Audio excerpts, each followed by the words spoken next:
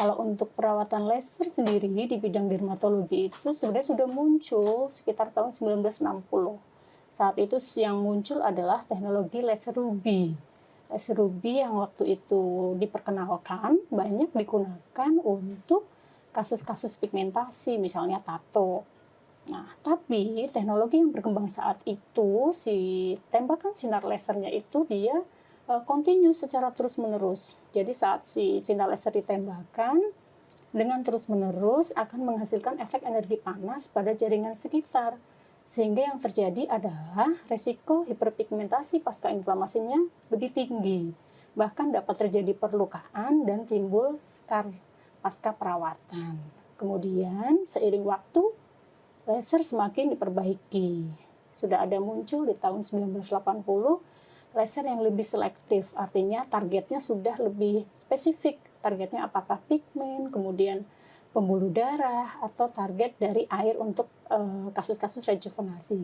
Tapi efek dari panas yang ditimbulkan masih saja menghasilkan risiko hiperpigmentasi pasca inflamasi. Sampai akhirnya di tahun 1980, di 1990-an munculnya teknologi baru. Waktu itu namanya Q-switch nanosecond.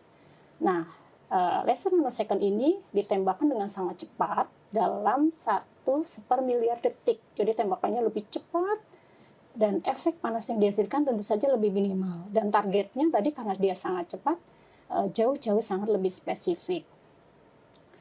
Efek panasnya lebih minimal, jadi resiko kehitaman atau hiperpigmentasi pasca inflamasi setelah tindakan pun lebih minimal. Tapi waktu itu masih belum begitu memuaskan karena hasil tembakan dari sinar lasernya memecah pigmen dalam ukuran partikel yang masih besar. Gitu ya. Jadi kalau sudah ditembak si pigmennya tapi partikelnya masih besar, tubuh akan memerlukan lebih banyak waktu kan untuk menyerap dan juga membutuhkan pengulangan sesi.